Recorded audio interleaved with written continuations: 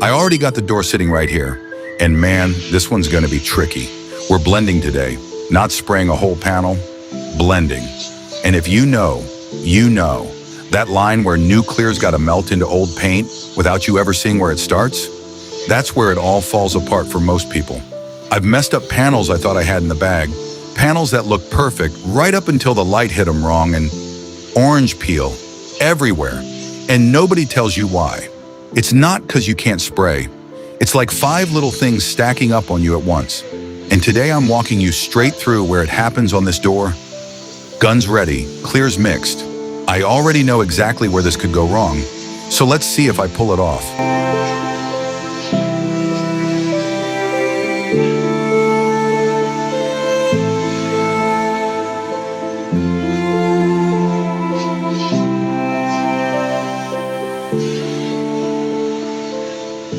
Let's begin.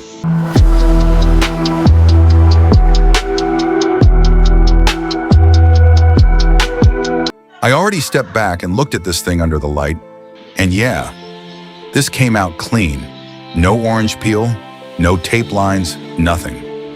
This blend disappeared. You genuinely can't tell where old paint ends and new clear begins. That's the goal right there. And here's the thing nobody talks about. It ain't just about the spray gun. Temperature in this garage, humidity in the air, even how long you wait between coats, that's what decides if you get orange peel or not. Most guys blame the gun. It's rarely the gun.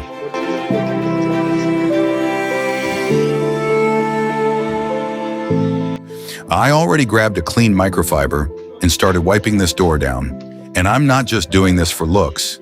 Any dust, any little bit of grit sitting on this panel right now is going to show up in that clear coat later. Guaranteed. So I went over every inch of it, slow, no rushing this part. I already ran my hand along the edges too, right along where we're going to blend, because that's the area that matters most today. If there's any contamination hiding right in that blend zone, it's going to telegraph straight through the clear, and you're going to see it.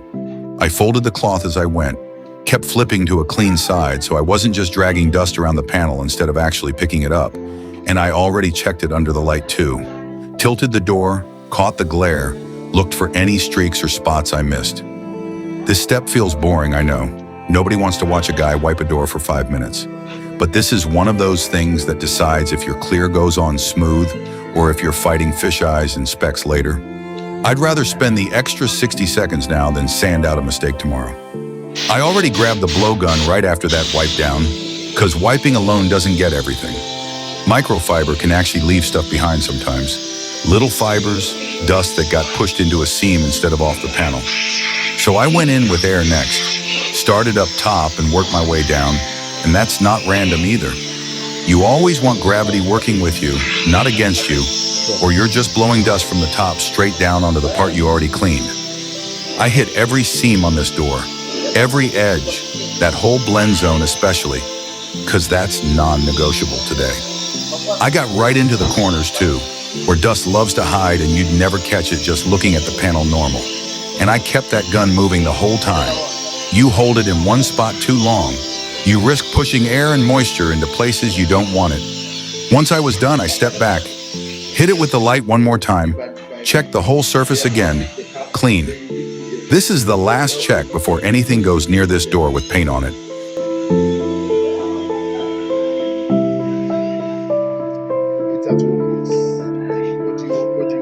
Let me give you some real game. If you want that flat clear, it starts with actually understanding your products. Every clear's got its own flash time, its own reduction ratio, its own temper. You can't just spray it like the last can you used. Know your product, know your peel. Here's another game changer, fisheye eliminator. If you've ever sprayed clear and watched little craters just open up out of nowhere, that's fisheye, and it's usually contamination you can't even see. Silicone, oil, something in the air or on that panel. Now I run a fisheye eliminator in my mix, and it's saved me more times than I can count. If you don't know what to grab, just go to your local paint supply store and ask them straight up. Tell them what you're spraying and let them point you to what works for your setup.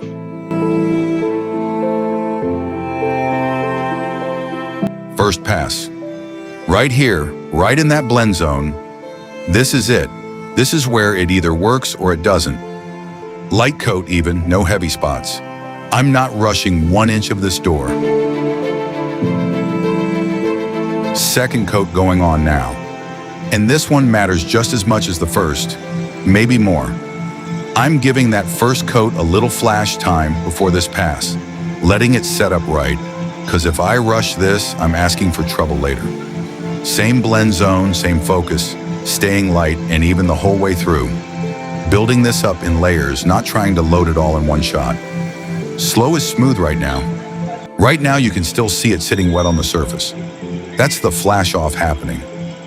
I'm not touching it, not rushing it, just letting that solvent do its thing and pull back before the next move.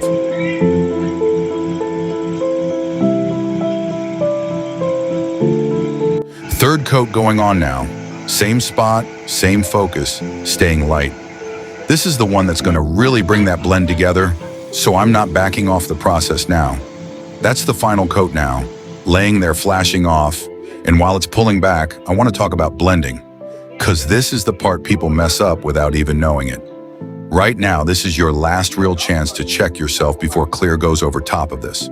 So open your eyes, get down at panel height, catch the light across that blend zone, and really look. Is it disappearing the way it's supposed to? Or can you still kind of see a line, a shadow, a spot where the new paint's sitting a little different than the old? Here's the thing nobody tells you. If you're seeing that right now, you're not stuck. You can still mist another light pass right over that zone, feather it out a little further, soften it up more. It doesn't have to be perfect after coat 3. What it has to be is honest. You got to be willing to actually look and admit if it needs one more pass instead of just moving on and hoping clear coat's going to hide it. Because it won't. Clear doesn't hide a bad blend, it seals it in. So take the extra 60 seconds right here, check your work, and only move on once you're actually happy with what you're looking at. First pass of clear going on now. Light even, straight into that blend zone. Everything we just did, this is what it's all riding on.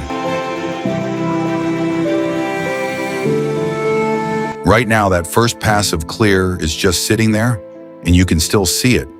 Kind of wet, kind of glossy, catching the light different than it will once it's cured. This is flash off, and this part right here is where patience either pays off or costs you. I'm not touching this panel, not moving it, not even breathing heavy on it. Solvents in that clear need time to actually release before the next coat goes on.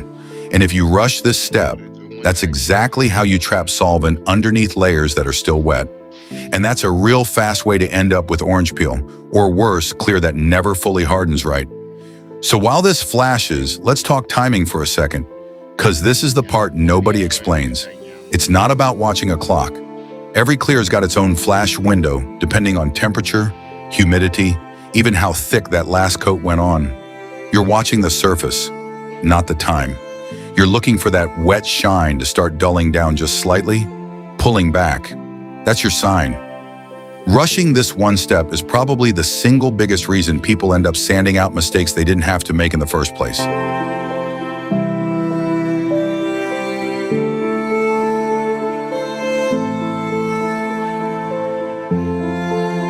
Second pass of clear going on now. Same zone, staying even, building on what's already down. Getting close now.